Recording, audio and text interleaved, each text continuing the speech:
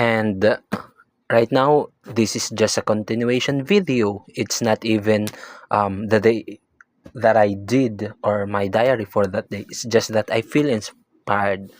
And one of the things that I want to build on this diary is not really the I will do it consistently. It's rather that I will do it despite being not consistent for a long time, because I did read a quote that says you need to give time to the person who wants you to grow the same time as the person who destroys you right now.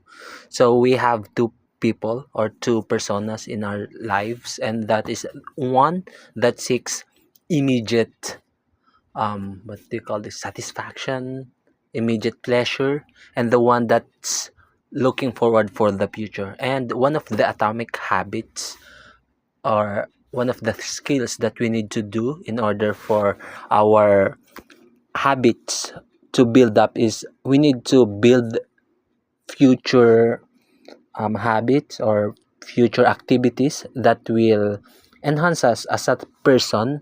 It might be throughout 5 years only, and then you will shift it. So it's not really a lifestyle, I would say. It's not something that you would do throughout your life. You can do it 5 years and shift it. The key thing is that you need to shift. For instance, right now I'm doing handstand push-up, or I'm still trying to do it.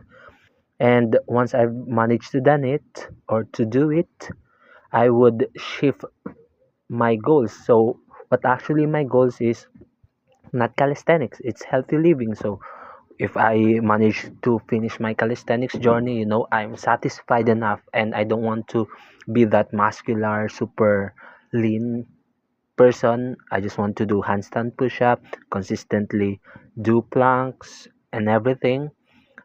I'm happy with that. So I will move to another activity which I'm currently thinking about, and that would be camping. So learning to survive on my own, as well as doing activities such as lifting all the equipments, um, doing labor, or I guess you could call it really not that hardcore compared to calisthenics, but still my main focus is to have a healthy body, healthy lifestyle, and that would suffice. And yeah, that is the power of building habits, or continuing to negotiate